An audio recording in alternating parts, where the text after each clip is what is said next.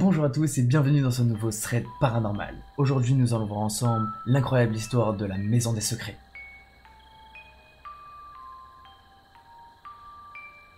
Cette maison se trouve dans la région de M, dans le Nord-Pas-de-Calais. À première vue, le calme règne dans la petite commune. Pourtant, à la sortie du village se trouverait une des maisons les plus étranges. Selon la légende, cette maison serait hantée et aurait causé de nombreux accidents. La plupart des gens du village éviteraient même la maison pour qu'il ne leur arrive aucun problème. Un enfant y serait mort, une personne s'y serait pendue, et un chien y serait devenu fou, en attaquant tout le monde. Beaucoup de personnes diront avoir vu ou entendu le chien se baladant la nuit autour de la maison. D'autres iront jusqu'à dire que toute personne qui pénétrerait dans cette maison ne pourrait plus jamais y sortir ou sombrerait dans la folie. Les spécialistes vont alors se pencher sur la question pour déterminer quelle est l'histoire derrière cette maison, et enfin découvrir ce qui se passe réellement. D'après leurs recherches, ce serait un couple qui aurait vécu dans cette maison et qui avait un fils qui serait mort dans d'étranges circonstances ou des circonstances très obscures. La première hypothèse va donc être que la maison aurait connu un décès violent et que quelque chose d'émotionnellement fort aurait imprégné les pièces d'une ambiance obscure et sombre.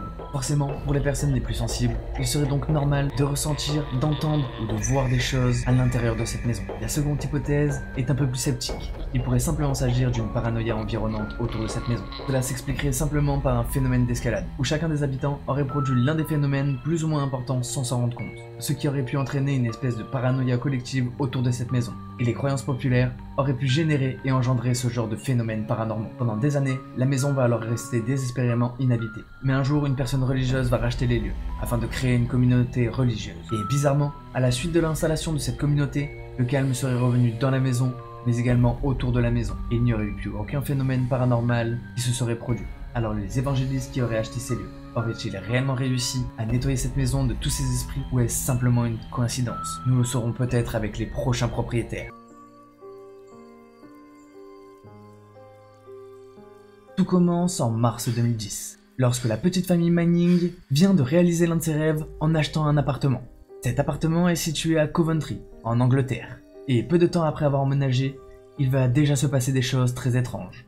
Ça commencera un soir, lorsque toute la famille Manning est en train de regarder la télé, quand soudain, ils vont entendre beaucoup de bruit provenant de la cuisine, et quand tous réunis devant la télé, ils trouvent forcément cela étrange, et s'empressent d'aller dans la cuisine pour voir ce qu'il se passe. En entrant dans la cuisine, ils retrouveront leur casserole ainsi que toute la vaisselle répartie sur le sol. La lumière, quant à elle, se met à vaciller de manière très anormale, alors que personne ne touche à l'interrupteur. D'un coup, la porte va se mettre à claquer. Prise de panique, la petite fille Manning va alors essayer d'ouvrir la porte, mais sans succès. Son père va essayer à son tour, mais c'est comme si quelque chose retenait la porte depuis l'autre côté. Et après plusieurs tentatives, il n'arrive toujours pas à ouvrir cette porte. La mère, agacée, a voulu elle aussi essayer d'ouvrir la porte. Mais lorsqu'elle a empoigné la poignée, elle s'est retrouvée projetée au sol. Effrayée, toute la famille commence à hurler. Et quelques minutes plus tard, le calme revient. Ils ont donc tous pu quitter la pièce, mais ils iront même jusqu'à quitter l'appartement. Mais une fois dehors, l'histoire ne s'arrête pas là, car toute la famille témoignera et rapportera avoir vu une forme très étrange se tenant derrière la fenêtre de leur appartement. La famille va donc se rendre au commissariat le plus proche et rapporter l'intégralité de ce qu'ils ont vécu et vu, sauf que personne ne va les croire, et on va les renvoyer chez eux. Lisa Manning va alors faire appel à des enquêteurs professionnels du paranormal, mais ils vont d'abord lui préciser que pour confirmer ses dires, elle ferait mieux d'installer des caméras et des micros. Cela lui permettra peut-être de récolter des preuves, et à partir de ce moment-là, ils pourront mener l'enquête. Elle va alors s'exécuter, et acheter des caméras et plusieurs micros qu'elle disposera partout dans son appartement, afin de pouvoir capter ces fameux phénomènes paranormaux, et enfin être pris au sérieux par tout le monde. Quelques jours seulement après avoir posé les caméras et les micros, elle va obtenir les premiers résultats, et elle fut très étonnée. Elle réussit à filmer la porte de son placard s'ouvrir,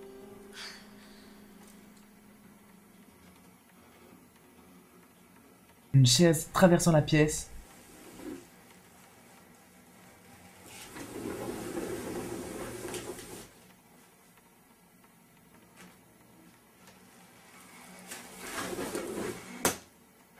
mais aussi des bruits de pas, alors que personne n'est ni dans la pièce, ni même dans l'appartement à ce moment-là.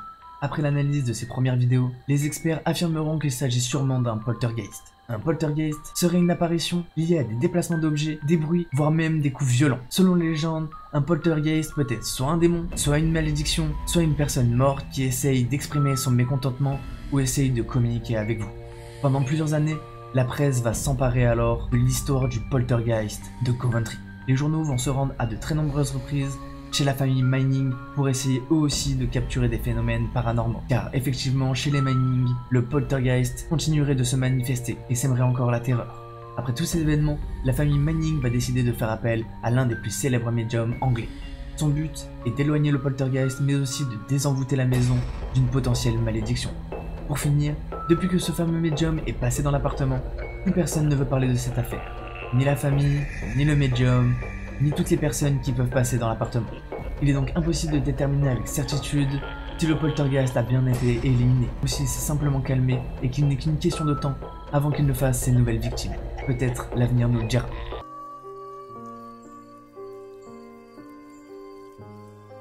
Située en Belgique proche de la frontière française, la commune d'Arquatripole est réputée pour sa tranquillité. Mais en 1993, un phénomène va venir bouleverser cette tranquillité.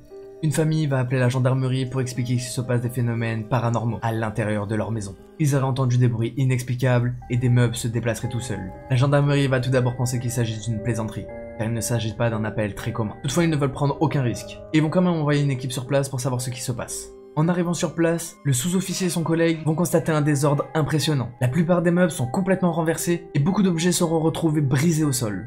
Les gendarmes vont d'abord rester rationnels. Ils vont penser qu'il s'agit d'une simple dispute de couple qui aurait totalement dégénéré. Ils vont interroger les propriétaires séparément pour essayer de mieux comprendre ce qui a pu se passer et essayer de mieux déterminer le phénomène. Pourtant, les deux propriétaires vont raconter exactement la même histoire. Ils diront que les objets se déplacent tout seuls sans aucune explication, et que cela fait déjà plus de 3 semaines que ça dure. À la base, ils ne voulaient même pas appeler la police pour ne pas être pris pour des fous.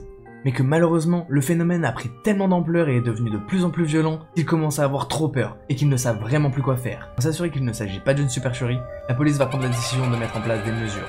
Ils vont ramener toute la famille hors de la maison, et procéder à une nouvelle inspection de la maison. Mais à peine sortis de la maison, ils vont entendre des bruits provenant de l'intérieur, alors qu'il n'est censé y avoir plus personne.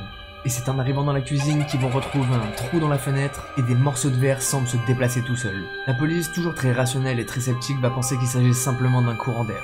Mais plus tard, lors de leur inspection, d'autres phénomènes vont se passer. L'un des policiers va voir un livre traverser la pièce et passer très proche de lui, avant de s'écraser contre le mur.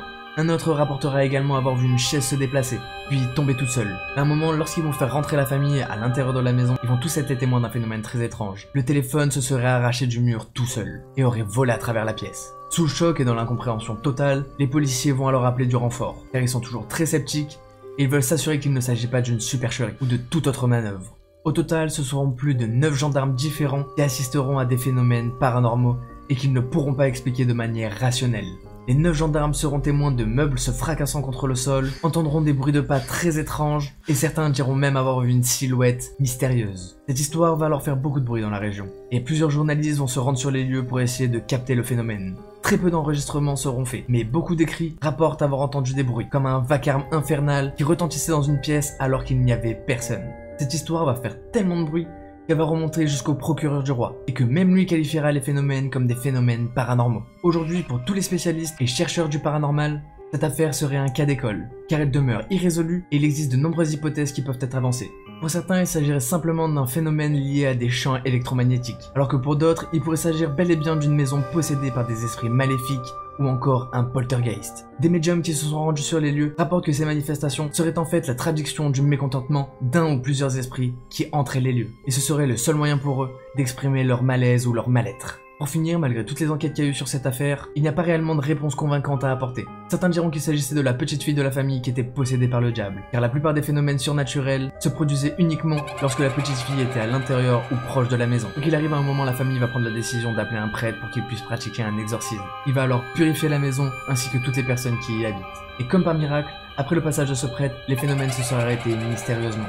Toutefois, ils ne se seraient pas arrêtés complètement, car il y aurait encore d'étranges apparitions de temps en temps. Aujourd'hui, les nouveaux propriétaires ne souhaitent pas du tout s'exprimer sur cette affaire, et ne souhaitent en aucun cas que de nouvelles enquêtes puissent être menées chez eux. Pour eux, cet épisode doit rester dans le passé, pour que quoi que ce soit ne puisse pas refaire surface. Et voilà, c'est déjà la fin de cet épisode, j'espère que ça vous aura plu, n'hésitez pas à me le dire dans les commentaires, et si vous avez d'autres sujets comme ça que vous voulez que je traite dans mes prochaines vidéos, si vous êtes intéressé par les phénomènes paranormaux, vous pouvez aller voir mes autres épisodes, vous pouvez liker, partager et vous abonner. Nous on se retrouve dans une prochaine vidéo, c'était Geek on Fire, peace out.